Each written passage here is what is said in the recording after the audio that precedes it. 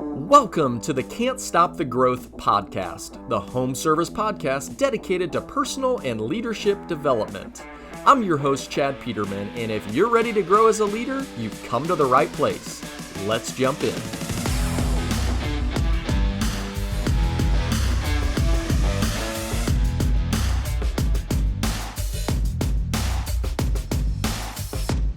Today we're going to talk a little bit about kind of the lessons around, he has 20 habits that ultimately could hold you back. And I think when we talk about holding you back, it's not necessarily, a promotion or, whatever it is. It's just about, being at your best and what that looks like. And the one thing that as I was reading this that I was thinking about is, I feel like my high school especially was like if there was an event, we were gonna have a shirt for it. Like, you gotta have a shirt. Like, I remember cleaning out, like when I went to college, I was like, I have 4 years of high school. I have 4 shirts, freshman, sophomore, junior, senior year. I've got 4 different shirts for the canned food drive, for this thing, for that thing. I'm like, we gotta consolidate here a little bit. But one of those shirts talked about you have to be willing to do something different if you want to go someplace different. And we've probably all heard that in one form or fashion. And it rings so true. Oftentimes we're held back by, well, we can't do that because this is how we do it right now. And I think that one of the things that we're experiencing right now as a company that has really challenged this, really stretched this, is this big inventory project that we have.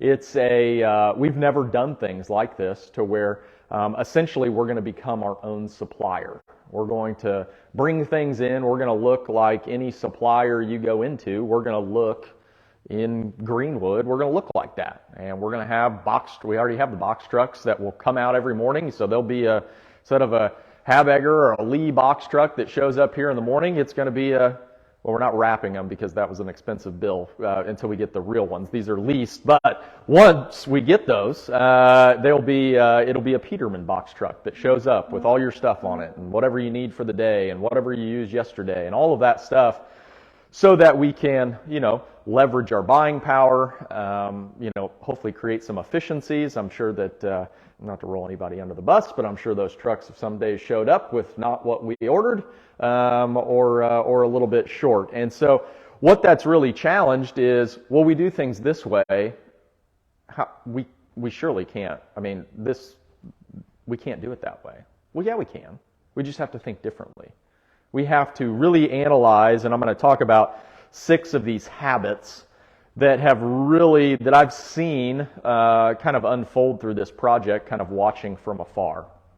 And it's really about, what I hope you gain from this today is really looking at what you're doing today compared to where you want to be, what you want to be doing, and what are those things that you're doing right now that you may have to change.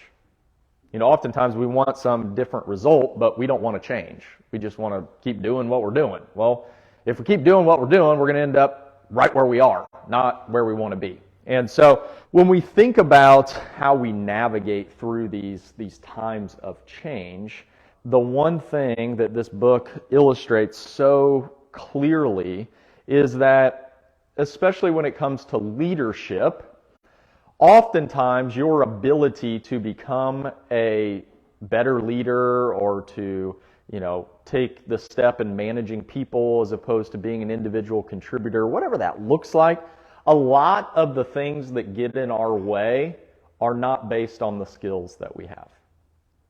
So think about that. If you are the best technician at whatever you do, and you gain more and more knowledge, that may not necessarily take you to the next level. That may not necessarily take you to a manager position. That may not necessarily take you to a supervisor position, whatever that may be, because that takes different skills. And so what I'm going to talk about today are the things that you can start doing right now, regardless of what you're doing, that are going to naturally take you further. And a lot of these things are not associated with skills, but rather are behavioral. That's literally probably, as I go through some of these, like if you could focus on, I'm going to talk about 6 of them if I can get through all of them. If you focus just on these 6, you would see your success probably triple next year. I kid you not. Literally, probably triple. In whatever you judge success by, you would probably see that triple. And as we've talked before, leadership is simply influence. So how do we increase our influence within the company? And ultimately, those people who are really focused on increasing their influence, and when I say influence, that can be taken a different way, so I want to explain myself. Influence is the presence with which you bring yourself on a daily basis. That's influence. Your attitude, your outlook, your willingness to help others. All of that is truly what will make you go. And some people find that hard to believe, but the conversations that I have with people about, hey, do you think so-and-so would be good for this role? Yeah, I really like that guy. Like, he comes in, he's all excited, he's ready to roll. You know, this is awesome. Like, that's half the battle. Hell, that may be 3/4 of the battle. It's having a great attitude. So, as we talk about these things, think about your behavior. And a lot of it is not so much what you need to start doing, it's more so what you need to stop doing. So as I was driving up here, my list got pretty long on things that I should probably stop doing. And think about it, we're nearing the end of the year, we've got, New Year's resolutions coming up. Hey, I need to start working out. Hey, I need to start eating better, whatever it may be. But think about it this year in terms of what are 2 things that you could stop doing that would ultimately set you up for success. A lot of it is not, oh, I need to wake up early and work out every day. It may just be, I need to stop eating past 7 o'clock at night. A lot of it is, I need to stop having that last drink during the week. Is that going to kill you? No. Can you really see the results? Probably not immediately. But if you did that over an extended period of time, if you, as the book says, shift into neutral. So it's not about, hey, I've identified a bad habit, I need to flip that and start a good one. No, I just need to stop doing that. Just stop doing those, and then all of a sudden, we start to see success. Because that shift from, I'm doing this and I need to do something completely different, that's tough, right? Hey, I haven't been getting up early to work out. Well, that first morning that alarm clock goes off, it's going to suck. That's not going to be fun. We've all tried that. Oh, and then, you get to the end of the week and you've maybe gotten up twice. Well, what if you just stop something? Find those simple things that you can do that are going to move you forward. And so the 6 that I'm going to talk about today, and again, these are habits that hold you back. So the 6 that I'm going to talk about are passing judgment, failing to give recognition, having a philosophy of, or responding to things with, let me explain why that won't work. That's a habit, by the way. I'm sure we all know those people. Let me explain why that won't work. Responding with no, but however, we all know those people too. You give an idea, well, no, but you need to do it like this. We're going to talk, those 2 I'm going to kind of tie together and talk really about tone. That's the key. Number 5, excessive need to be me. So I've talked about this before as it relates to kind of a disc profile. And I'll dive in a little bit deeper on that as well. And then the last is making excuses. So on the first one, passing judgment. So we see this a lot because it's human. I've probably passed judgment this week and not known it. And passing judgment is simply a willingness to push off ownership on someone else. Wasn't my fault. I didn't do it. Well, if he would have done that, then I wouldn't be here. And so oftentimes we're pointing out these things that are wrong, these things that are not going well, this process that is broken, and we're passing judgment on to, well, whose fault is it? And I've talked a lot about this, knowing the difference between taking ownership and admitting fault. The more ownership you can take over everything that happens in your life, you will free yourself from anything happening that could be looked at as negative. Because when we take ownership, we immediately, not blame, but when we take ownership, we immediately allow ourselves to learn something, to get a little bit better, to help solve the problem. And yeah, it may be that we goofed, something went wrong, whatever it is. But rather than pass judgment on someone else or pass the blame to someone else, what if we enlisted ourselves as a helper? As someone that could, hey, I know that this didn't go really well, but I'm looking for some advice. Or, hey, can I get with this person to learn a little bit more about that? We have to be willing to be vulnerable.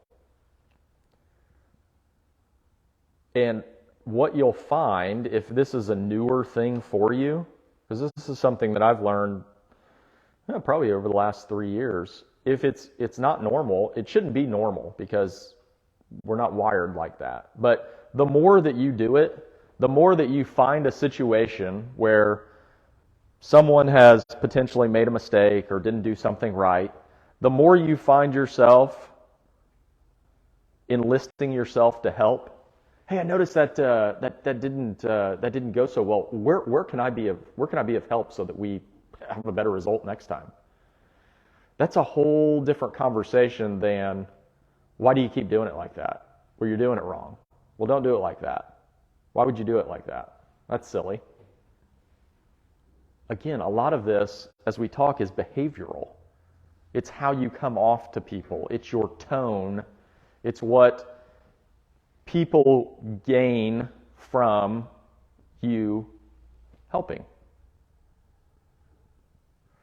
One of the phrases that he talks about in passing judgment, when someone presents you a new idea, hey, can we do it like this? Rather than saying, as we'll talk about later, well, that won't work. Well, that's stupid. Well, it won't work because, or however, you can't do it like this.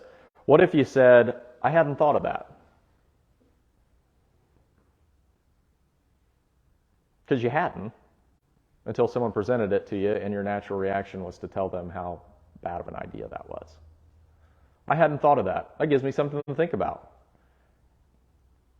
And then dive into the problem with them to help them understand why it's a possibility that it won't work, right? I mean, there's, hey, they may not know all the inner workings of, well, that's a great idea, but it will also impact this over here. Now, maybe we need to change this over here so that your idea will work, but let's see the whole picture rather than, no, that's a silly idea. No, there's no way that won't work. Because every idea will work. You just sometimes have to allow yourself to think critically about how it would work. It may not work with how things are constructed today, true, but would their idea work? Yeah, but you'd have to change a bunch of stuff. Now, it may not be worth changing all that stuff, but that's a conversation to have. That's how you get those people thinking. The more you shut down others and their ideas and their thoughts and different perspectives, the more you shut that down, you're going to be rowing in that boat by yourself. And then you find yourself alone, and you find yourself with less and less influence. So invite people in. Find out what people are thinking. Where can I help? As a leader, your job is to help. I tell our team all the time, you can't do the work. You may be the best salesperson, plumbing technician, whatever it is, but when you step into that leadership role, guess what? You're turning in your tool bag. All of those years of skill in the trade that you've gathered, they're not useful, but they're less useful when you're in a leadership role. Because no one that is going to follow somebody gives a crap about how much you know about what it is that they do. What they want to know is that you're there to support them. You're there to remove the roadblocks. You're there to help make processes smoother so that they can go be the best technician or, dispatcher or call center, whatever it is, so they can be the best. But passing judgment puts a wall up immediately. So think about that as you move forward. Where am I passing judgment in my day-to-day life? And how could I turn that around? How could I stop doing that? Simply stop. You don't have to tell the guy that you don't agree with that all of a sudden you agree with every idea he's got. But what if you stopped passing judgment and simply asked, where can I help? The next habit is failing to give recognition. So this is one that stretches us more and more as we get larger and larger. There used to be a day when I prided myself on knowing every single person's name. Now, I still know a lot, for sure, but 600 is tough to remember. I gave up at about 350, and I said, I just don't know if I can do this. This is really tough. But, again, I may not be able to know every single person, but by golly, I'm going to make every effort I can to try to talk to them at some point in time. Because that's important to me. It's important for everybody to know that we can't do what we do without all 600 people. It won't work. If we don't have one person, then that automatically puts a hole in what we're trying to build. And we don't want to do that. We have got, and this has become so apparent over the last year, is the skill that we have within this company is something very special and something that we need to leverage. But a lot of that comes through recognition, letting people know that they're doing a fantastic job. Hey, I really appreciate what you're doing. A lot of the stuff we do isn't easy. It's cold out. You're in a crawl space or an attic. Someone's basement's flooded. Whatever it may be, we need to make sure that everybody knows that, hey, everybody's playing a key role. You may only run 4 or 5 calls today and think, well, that's really small compared to all the calls, but those 4 or 5, we've really got to treat those customers like there are only 4 or 5 that we have that day. And if we all do that, well, then we create something really special. A mentor of mine talked, I actually ran into him this week, and his big philosophy is everyone is perfect. Think about that. Everyone is perfect just how they are. I know you guys are thinking, well, I know some really imperfect people. And I get that. There are some people that are harder to deal with than others. But even if they're hard to deal with, even if they, are extremely negative, if they're just a pain, whatever it is, they're perfect. And as leaders, we have to understand that everybody is perfect. No two people are the same. So if we go into interactions that we have with each other thinking that everyone is perfect, it's our job as the leader, when we take ownership, it's our job to connect with that person. It's our job to find out how we can maybe adapt our philosophy, our way of speaking, our way of communicating so that they understand that. Because at the end of the day, if you're going to take ownership as a leader, if they don't comprehend what you're saying, guess whose fault that is? Yours. And I say fault loosely because you need to take ownership of that. Think about it from a customer interaction. I'm sure everyone has dealt with a difficult customer. What if we viewed that customer as being perfect the way they are, even as difficult as they may be? How does that change your philosophy in dealing with them? What do your actions look like? Or do you dismiss that customer? Do you fail to give them recognition? And then the whole call falls apart. That doesn't mean you're going to be successful on every single call, but you will be far more successful on far more calls if you take that approach. And that's tough to do, right? I'm not taking ownership of that guy being an ass. Well, but what could you do? I'm sure everybody can think about those calls, and I've heard this numerous times, where you went into the home and the customer wanted literally zero to do with you, but just that one thing, that one comment, that one piece literally like hooked them, and then all of a sudden they were a different person. And they were just so enthralled by what you had to say, and like, oh God, that started off really, really bad, but I just kept trying, and I kept trying to connect with them and telling them how great their landscaping looked, whatever. I was trying everything to get them to understand that I was here to help them. And then when they finally realized it, then we connected. Leadership is the exact same way, right? That difficult customer is maybe someone on your team that's struggling, and you can't seem to connect with them. They're sitting in the meetings, they're listening, they got the sheet of paper that tells them exactly how to do it, and they just can't figure it out. Well, what if we recognize that person for maybe that's not how they learn?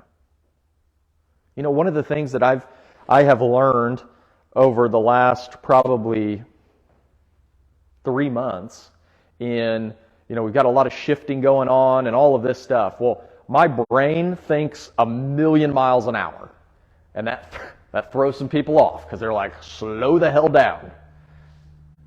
And so what I learned is, okay, if I'm frustrating this person, if this person is not in a good space, that's on me, not them.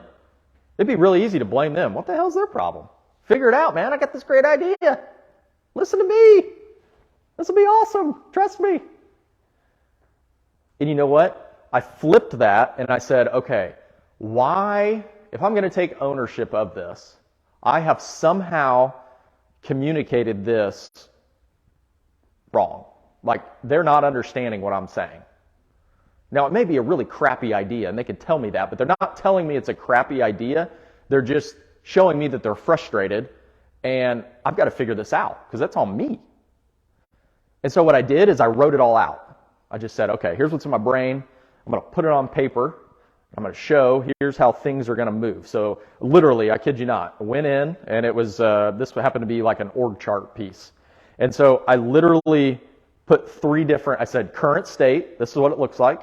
Here's step 1, here's step 2. And this is what it'll look like. And I said, look at this, digest, and just tell me what doesn't make sense or what makes sense, or if this is a really crappy idea, then tell me and we'll scrap it and start all over.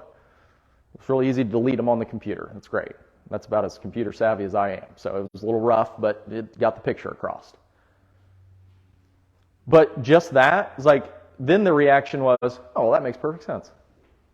Yeah, let's roll with that. That's a good idea. But it was just simply about, I could have blown the situation up into, and I tell you this story not to like brag, that I'm just literally telling you what I've learned by just simply doing this piece here. So I'm learning with you guys, because I screwed it up. I should have probably done that in the first place, right? Well, now I do. Literally, we have a lot of people are like that, right? They're visual. Some of you guys are more hands-on, like, hey, I need to touch it. I need to, like, if I'm going to figure this out, like, I need to really kind of start to move it. Mine's more visual, too. I don't know why I didn't figure that out. I would like that if someone came to me with an idea and just started running up all this stuff and they're, getting really exhausted talking about it. Like, just write it down, man. Like, that'll be good. So, again, understand that that's the switch that you have to flip. Whether you're in a customer home or you're leading a group of people, it's understanding that if they're not getting the message, if they're not performing the way that probably they want to perform and you want them to perform, then you just need to sit down and hash it out. Hey man, how can I connect with you? We talk about all kinds of different learners and personality styles and how people do things. Like, to me, that is one of the biggest things that is, and we'll talk about it here in just a second, but just understanding that we're going to run into situations that don't go as planned. We run into more and more of them the bigger we get, right? It's, well, you didn't tell this person, like, well, there's like 18 people that we would have had to tell to like affect this sucker. Yeah, we forgot 2 of them. So we just need to circle back and get it all figured out when we get it. But when you yourself go at it with that attitude, what you do is you influence others to go at it about that attitude. You influence others to, rather than like, oh my God, this thing's got to crash. This is terrible. You start getting them like, hey, yeah, this happened, and this just happened yesterday. Hey, this happened, and we probably just want to circle up and like figure out how that's going to move, or it's this person didn't know about it, so we may want to get them in the loop and then just kind of figure it out. Okay, yeah, sure, we can do that, no problem at all. We'll get them on a quick meeting, or I'll call them right now, and we'll get all that worked out. Because no problem. This damn industry is so simple. It's when it gets complicated that it gets really hairy. Just simple. Just people taking care of people. Yeah, the process has become a little bit more intricate, but at the end of the day, as I always say, no one showed up here wanting to make somebody else have a bad day. Well, I hope not. Surely not. That'd be a really terrible way to live. Hey, I'm really going to wreck this thing today. Watch this. No, that sounds awful. But so if everybody showed up wanting to do a good job, then they have good intention. It's just we have to come together to figure out what the right way to do it is. That's all. So recognize that people are perfect. Everyone on our team is perfect, just the way they are. If we were all the same, a lot of people say that, well, they'd be a lot more perfect if they did things like I did them. Well, sure, but that would also be a really boring world, Like my wife always says, when I complain about something she does, oh, if you married yourself, that'd be a really boring life. I go, yeah, it probably would be. I'd probably just hang out on the couch and, watch TV, do whatever. I go, thank you, honey. I appreciate that reminder. So the next one is, and I'm going to tie 2 of these together. So always responding with, let me explain why that won't work, or always answering with, well, no, that won't, but, maybe we got to do something different. So everybody's heard people like this. Like any idea you bring to them, it's like, oh no, can't be done. Well, yeah, I can. We just got to figure it out, It's a good idea. Nope, can't do it. Won't be able to do it. I bet we can. I bet we can. And people probably get tired of me doing this, but I do this quite often. When people present, no, you can't, I've created a big enough network around the country in industries that people are doing it that I just say, oh, no. They're doing it. Let me give them a call. We'll get them on a call and we'll just talk to them because they're doing it currently. We can't do it the way that we're currently doing it. Completely agree. I'm not saying that, but we're going to have to change multiple things. This idea is the result. We're going to have to go back and change a couple of things throughout the process. Yes, we can't do that if we operate like we currently do. 100% agree. But what if we change the way that we currently do it? Then could we do this idea? Probably. I will tell you also that when it comes to new ideas, and the hard part is that as humans, change means that we have to basically divorce who we were prior, right? If you're going to change, you got to be someone different, and that means kind of acknowledging that the way I was doing it before may have not been the most efficient way. And so we have to really jump that hurdle and understand that you're not saying that what you were doing was wrong. It was producing results. But maybe if we tweak it a little bit, it may be better. And there's also the chance that you may divorce who you were, become someone different, and realize that that person you were before, like the way that you were, and I say person you were before, the way you were doing something was actually better. But guess what? You're never going to know that until you take the leap and try something different. There's been a ton of times that we've done that. Like, hey, let's do it this way. Like, you get 3 months in, you're like, no, let's scrap that. Let's go back to square one. And then if we have another idea, hey, we'll jump and try it, see if it works. Maybe it will, maybe it won't, and then we'll go back. You have to be willing to try things. Because guess what? You're never going to get hurt. Because if everybody's on the same page about trying something new, and you get the feedback loop going, and like, hey, we're really struggling with this, I'm not sure. Okay, well, let's sit down, let's figure out where we're going wrong. Are we doing it exactly like we planned it, or we need to tweak something? Okay, let's tweak that, let's try it. Okay, see if that works. Okay, that's not working either. Well, maybe we need to go back to the old way. But you're never going to know that until you take that jump. And a lot of that, and where you can increase your influence, is watch your tone. I've listened to this, now that I've read this book, I listen to this very intently when I'm in meetings and different stuff like that. Of like, what is your tone? And sometimes, unfortunately, your let me explain why that won't work response is simply just confusion, uncertainty, all of these natural human emotions. So it's okay to say, instead of let me explain why that won't work, is can you explain that a little bit more? I'm not following. I want to follow, and I think you may have a great idea here, but I'm not following. Can you explain it maybe a little bit differently, or tell me a little bit more about what you're thinking? It's all in that tone. How does your tone reflect your willingness to help? Your willingness to be part of the solution as opposed to the roadblock that's going to stop this idea. Because guess what? No one's going to get hurt. So long as no one gets hurt. You know, those ideas may come up. I'm not talking about those ones. I try to stay in the safe zone. But if it's an idea here that we may want to try or may want to do, how do we match our tone to our willingness to help? And sometimes tone is not raising your voice. It's just, you feel it, right? My wife tells me this all the time, because I have a tendency that if something comes at me that she's uncertain about, but I know it really well, like it's just super easy, I have a tendency, my tone will reflect that she is somehow dumb. By just and I'm like, honey, I didn't mean that at all. Literally, I was just trying to explain it. This literally happened the other night. She's like, don't look at me like I'm stupid. I don't know what that means. I was like, I get it. I wasn't trying to do that, but it was just all in the tone. And I said, okay, well, I'll watch that next time. But just know I wasn't trying to do that. I was literally just trying to explain how that works. And so that's something that I have to watch.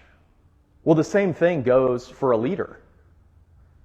If you come off reflecting that everybody else is dumb, or why don't you understand this, or that's never going to work, why you can't do that. How many people are going to want to bring you into finding solutions to future problems? Where does your influence level go when people know that you are the person who is going to shut down every new idea? Especially in a company like this. Especially in a company that is always pushing forward. Always trying to do the next thing that maybe someone else isn't doing.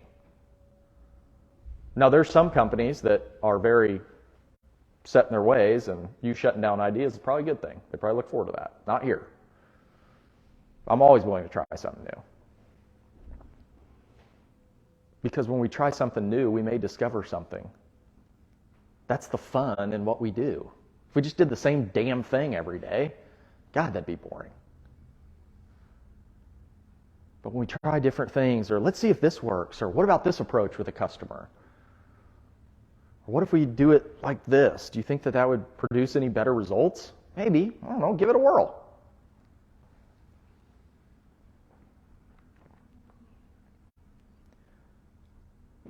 Understand that your influence is not all the time what you say, it's how you say it.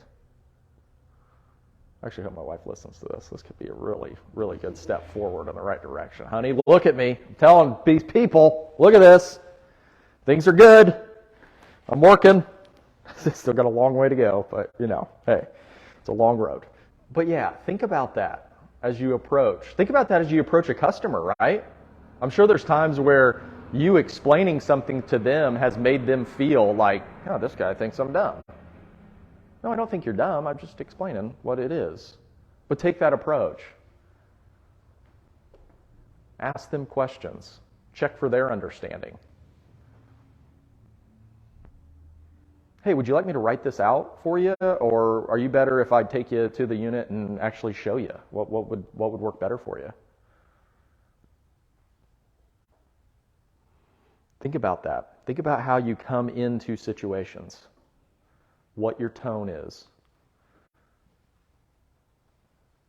Are you there to solve problems or point out all the problems in someone else's idea? That's the key. That's where you'll gain that influence. You want to be a helper in solving the problem. Some people think they're helping by preventing stuff from happening, right? They think that they're helping by, I pointed those 14 things that were wrong with the idea out so that we didn't do something bad. Well, so long as no one's going to get hurt and nothing's going to happen catastrophic, maybe bring that up as a suggestion. Hey, we may want to be mindful of this piece of the puzzle that I'm aware of that you may not be, but I just want to put it out there. But, I think we can run with this and we should be able to take this on. No problem at all. Think about that. Think about where your influence will go if you look at things from that perspective. Next is an excessive need. I think I'm going to get through them all. Yeah, perfect timing. How about that? Excessive need to be me. So I've talked about this before, and this was something that I learned probably a year or two ago. We still do the disc profile and everything, and what I was noticing, and it wasn't this book, it was a different one, but we talk about leaders meeting people where they are, or how they communicate, or how they digest information, whatever it is. I was contrasting that with people, and when they would get their disc profile results back, I mean, you've seen it. It's a celebration of where I'm at. Yeah, that's right. D's, we're awesome. That's great. Oh, we're an I. We like to have fun. All you other guys are boring. And so there's an excessive need to celebrate who we are. It's important to understand who we are. But in leadership, in relationships, We need to do more celebrating of who other people are. Celebrating how they operate. Because as a leader, it's your job to support people. So if you've got some high I's on your team, you're going to need to show them a good time, even if that isn't your cup of tea. If you've got some C's on your team, well, you're going to need to meet them. Even if you're not like super detailed and process driven and all that, and you're all over the place, but you know that the team that you're working with at that point in time has a lot of C personalities on it, you're going to need to lean into their personality in order to get something done, rather than celebrate yours. But that habit that keeps us from moving, there again, it's behavioral. Everybody can lean into the other personality. It's just, are you willing to? Or are you going to sit back, celebrate yourself, and just wonder why no one else sees it the way that you do? Guess what? They're not going to see it the way you do. Ever. It's not about them seeing it the way that you do it. It's about you understanding how they see it and leaning in to however it is that they operate. That's where you gain influence.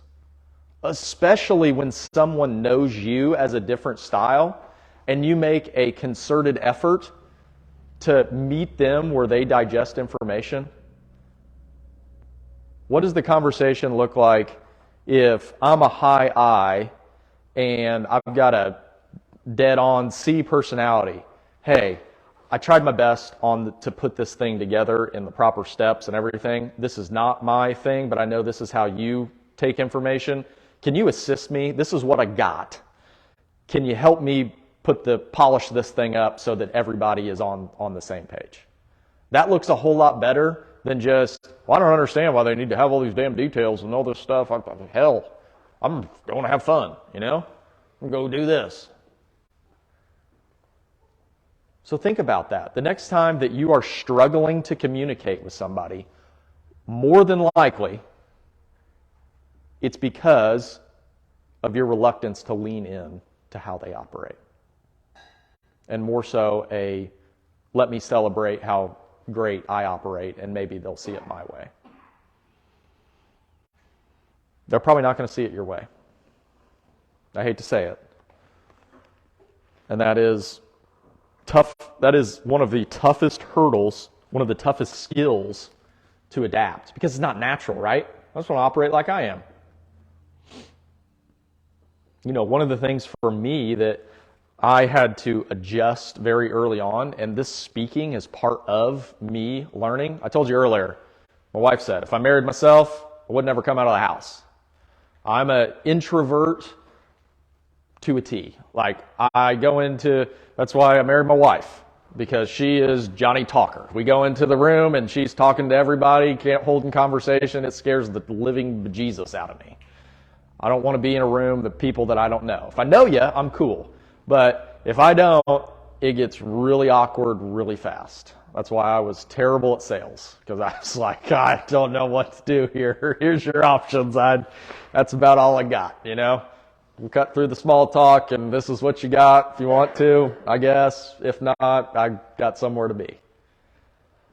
And so what I realized is that in order to be a leader of a growing company, I was going to have to stop being, no one's going to follow me if all I do is sit in my office with my door shut. Or a hell of a lot less people are going to follow than the amount of people that I want to follow. And so I realized, hey, you're going to have to come out of your shell, dude.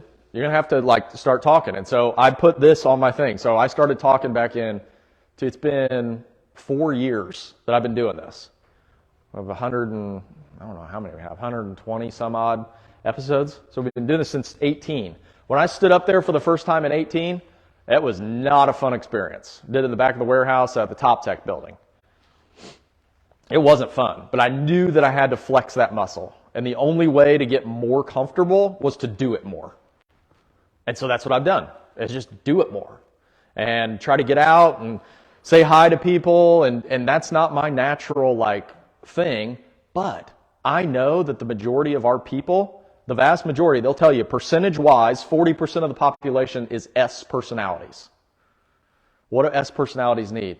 They need a pat on the back. They need to know that you care. They need all of this stuff. And I just have a hard time showing it, That's just not me. Like if anybody's taken anybody done the love language thing with your spouse or anything like that? Yeah. So I think I rated a 0 on that thing. And my wife's like, are you kidding me? Literally? Who did I marry? I go, you knew me for quite a long time, so this is me. I'm not anyone different. That's just not how I'm wired. But I knew that I was going to have to lean in to other people's personalities. I was going to have to meet them where they were. Because that's how you create influence. That's how you continue to move. So where can you lean into somebody else's personality that may be completely different than you? Completely different. And that's okay, because we need all kinds of different personalities. That's what makes this fun. That's what makes, hey, he's really good at that, and she's really good at this, and they're really good at that. And it's like, okay, well, everybody do what you're good at. That'll just be awesome. Then we can accomplish a hell of a lot more together than we can by ourselves. So think about that as you move today. Where am I at, and what do I need to do a little bit differently in order to create that influence that I want, in order to show that I care, in order to be for that person what they need me to be as a leader? Goes for customers too, right? We talk about that a lot, identifying what kind of personality style you got. Everybody's talked to the engineer. Everybody's talked to the person who wants to, go take you over here and show you the car collection, take you over here, and it's like, okay, well, you just got to go with the flow. That may not be what you want to talk about that day. You may not have an interest in cars, but you know that they need you to be interested in cars for a second. I don't know the first thing about a car. Barely know how to turn it on. But if someone needs me to be really interested in cars, well, shoot, that's cool. I'm not going to tell them anything they don't know, but, hey, this is where they need me to be today. The last that we'll talk about as far as habits is making excuses. So this is something that, we've talked about. Making excuses. Everybody gets it, right? And it really relates back to the whole ownership philosophy. There should be no excuses if you're taking ownership for everything that's happening in your life. And I get that. There's some things that are going to happen that are out of your control. 100%. It's not taking ownership and saying, oh, that was my fault, when I couldn't do anything about it. The ownership piece comes in when you agree to learn from it.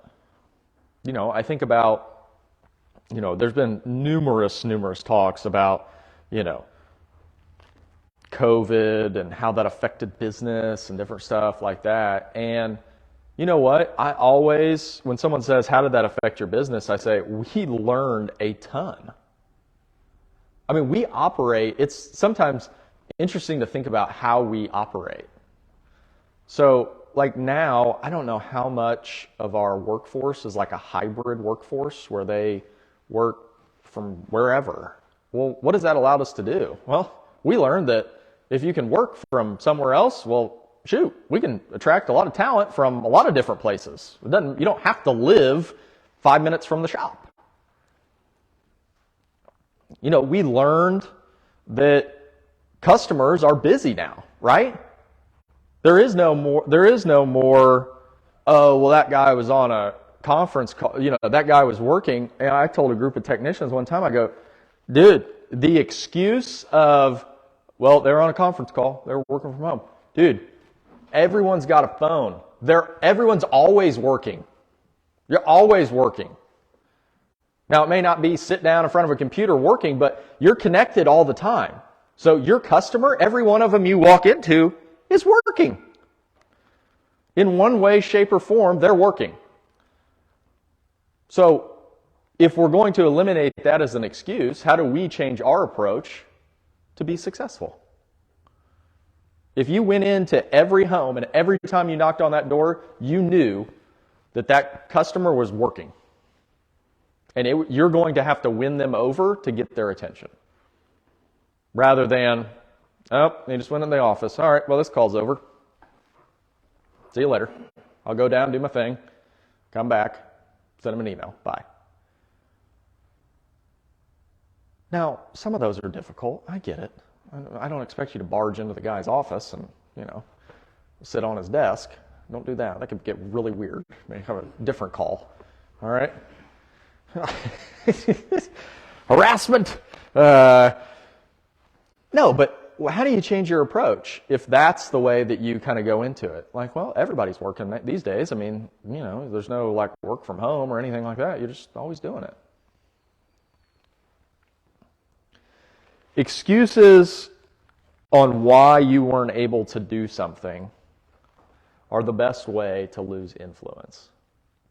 Well, we couldn't do that because of this. What things could you do? That's usually my response. What things can you control? Well, we don't have enough of this, so we can't do that. Couldn't? What could you change? Well, probably this and this and this. So you can control all of those things. So what if we focus on those?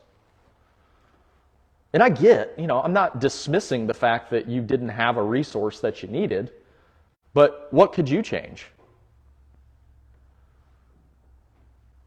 How could you change your approach? That is the ownership that you need to take. That is the ownership that will increase your influence like nobody's business. And I hope you guys get the when I say influence, like that isn't like, oh, he's good friends with this person or whatever it is. Influence is simply people want to be around you. People want to interact with you. People are excited to talk with you, excited to say good morning. That's influence. Like when I walked in today, Jamie and Cheyenne, both super happy. Hey, how's it going? How's your drive in? That's awesome. That's influence. I was happy to be here. I was excited that they were here. Well, guess what? I probably won't ever forget their name simply by that.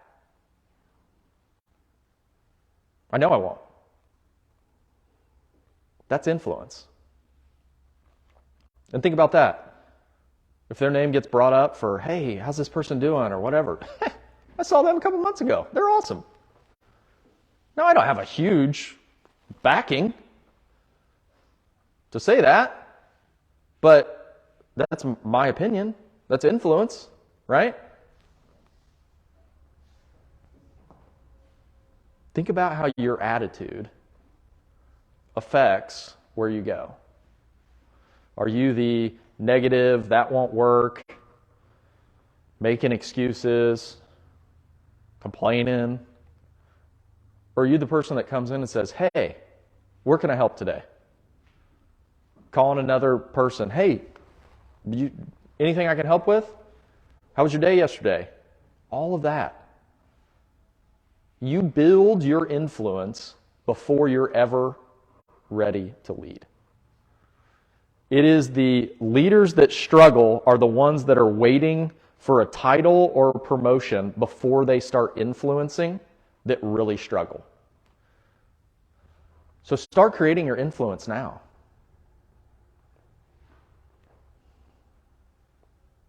Start creating your influence now. If you do that and stop doing some of these things, you will be well on your way to doing whatever it is that you want to do. Thank you so much for listening. If you enjoyed what you heard, I would greatly appreciate if you would rate the show or share it with someone who might enjoy it.